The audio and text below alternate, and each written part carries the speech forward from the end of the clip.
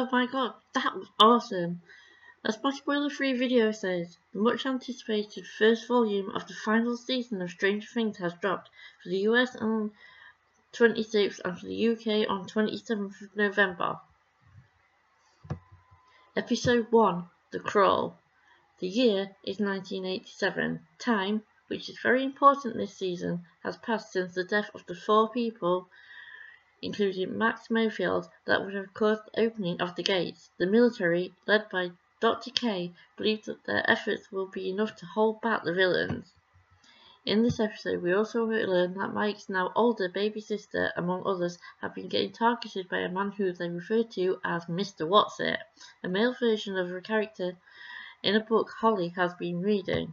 Robin, Joyce, and Steve all use the potentially originally unused local radio station building to broadcast not only a radio show but also codes to everyone that the military are not meant to pick up on. Lucas is still spending a lot of time at the comatose Max's bedside. This seems to indicate that for the majority of the time since the gates opened there hasn't been any progress for the song waking her back up after a brief death at the end of last season before 11 brought her back, at least partially. Episode 2, The Vanishing of Holly Wheeler.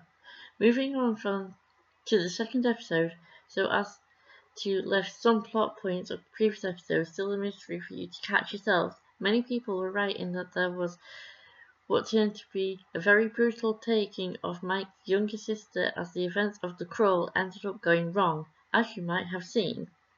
At this point, neither ourselves or the characters in the show know as of yet where Holly has actually been taken to.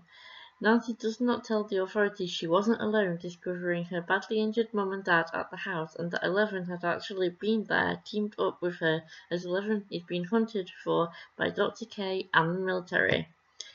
We discover who Mr. What's-It is, targeting children, including Holly.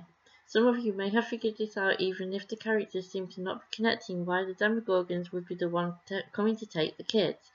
Poor Will is once again back to suffering an ongoing connection to Vecna on the whole hive mind, and after how underused he ended up having to be in the last season, I am definitely here for that and what goes on to happen by the end of the 4th episode. But before we get to that, we have to move on to Episode 3, The Turnbow Trap.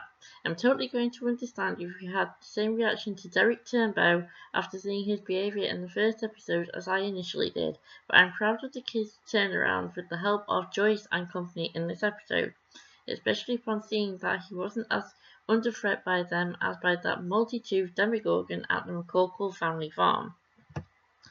Using him as someone who wouldn't be seen as suspicious to help find and rescue the other Mr. What's-It targeted children was a stroke of genius idea that almost worked if it wasn't for a burst water pipe or two and a snitchy classmate. Meanwhile, a number of the characters wind up within the Upside Down. Steve, Dustin, Nancy and Jonathan arrive there together. Robin and Will are teamed up for the first time this season. Robin also gets time with Murray Bauman too. Erica gets to even be more of a participant. 11 ends up joining Hopper, her adoptive father, in search of Holly and hopefully Vecna too. There is just so much that has already been going on 4 episodes in, including what shouldn't be a surprising return for one character in a unique way as it is to see another. But let's get to Episode 4, Sorcerer.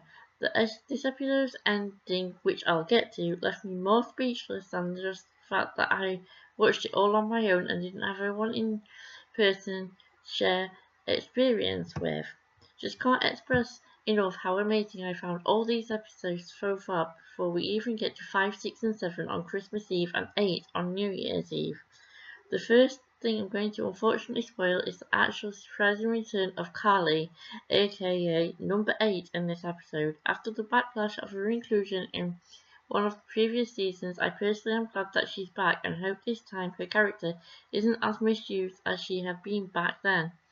I mentioned that first because I'm going to spoil the bigger reveal that happens at pretty much everyone is killed or knocked unconscious at the end of this episode, and it looks like our main characters are already going to lose before we even get to the next episode, until Will suddenly stops the Demogorgons from attacking his friends. That's right, we thought that Vecna was going to pull him to him as we saw in the trailers. It was going to play out in the way we were shown, when we saw Will stand with his eyes grayed over and stopping the Demogorgons in midair, much like Vecna himself and Eleven can do. I'm thoroughly blown away, and the month-long wait now for the next volume to come out with that cliffhanger will be killing me, but it definitely looks totally worth it. See you on the other side. Lou.